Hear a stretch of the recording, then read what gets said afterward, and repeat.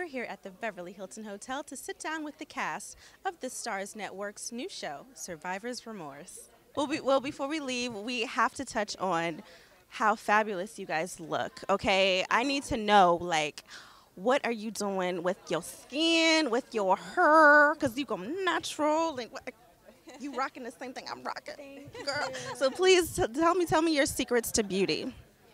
I would love to say it's sex, Oh, okay. but it's not. It's been a minute. Clears the pores.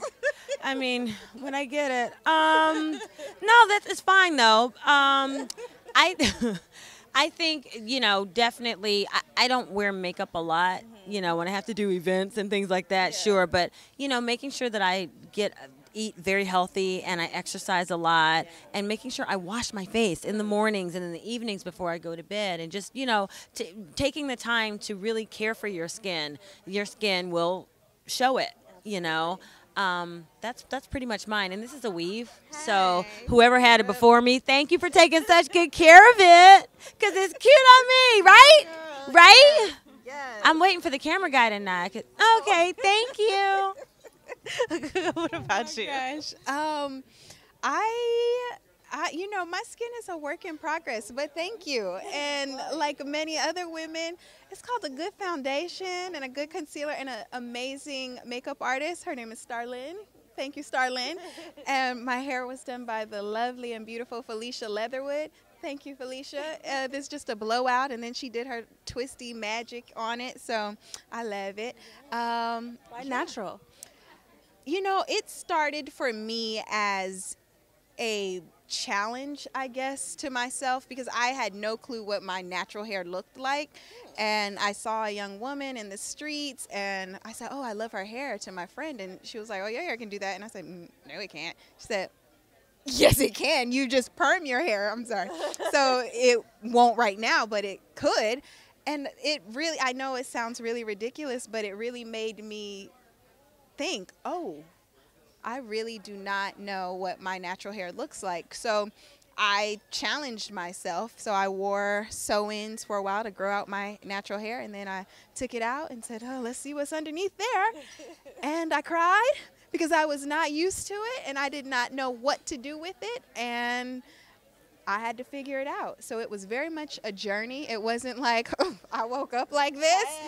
It was not that. It was a journey and continues to be a journey and of embracing who you are and what God has given you and just really saying, you know what, this is where I am. This is the size I am. This is what my skin looks like right now. This is what my hair looks like. And I have to be okay with that. And it is a journey. Very much like we go on this journey in Survivor's Remorse. It's just, you have to enjoy the journey. Absolutely. You look beautiful. She does. Both of you do. I have to let you go, but of course, the last thing I want to address with you is my personal platform is learning to love yourself, and it's a journey that we all go through and are continuing to go through. I don't think that ever really ends. So, if you would be willing to share with us one of your insecurities and how you've learned to overcome that.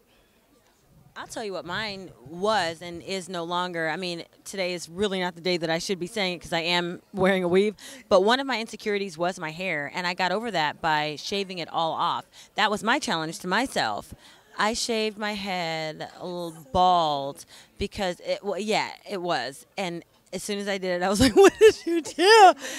And then I cried.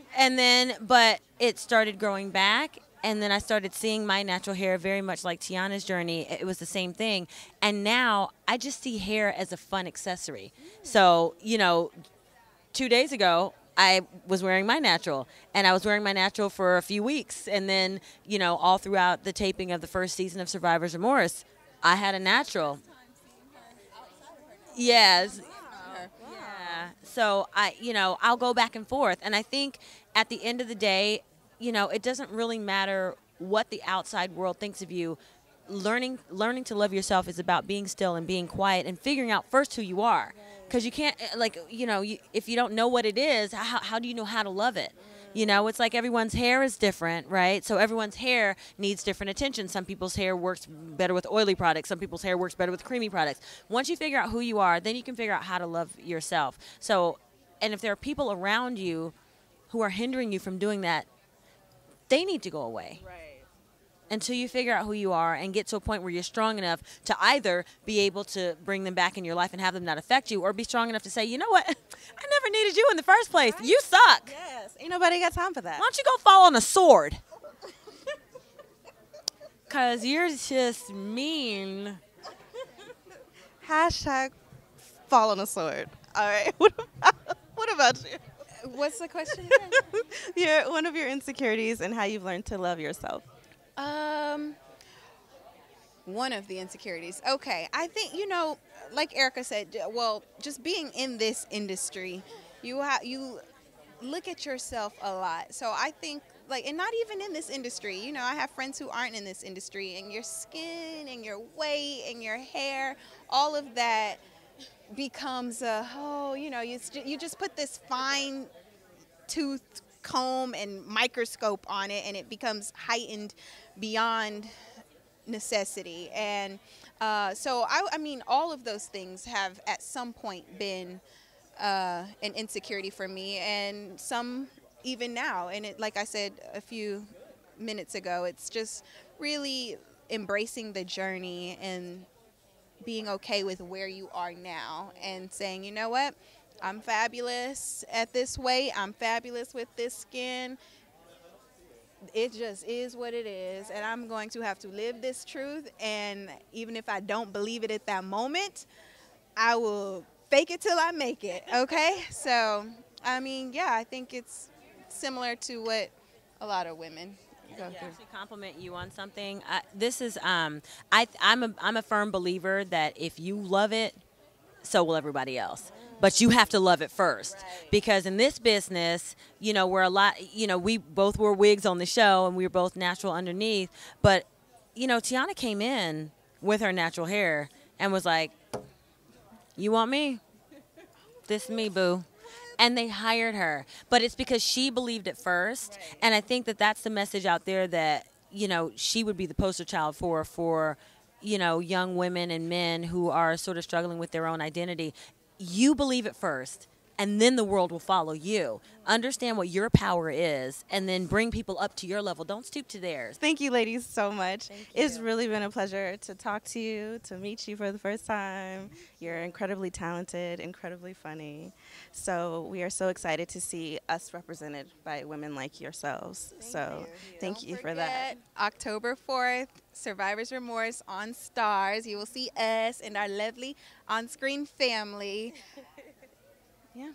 Yes, executive produced by LeBron James. You had to put that in there. Maverick And Maverick Carter, yes, and written by the lovely Michael Malley. So thank you guys so much. you. I'm Sharice Nicole. Thanks for watching CNikky.com. Be sure to tune in to Stars for Survivor's Remorse. And remember, to know what's good in Hollywood, you gotta see Nikki.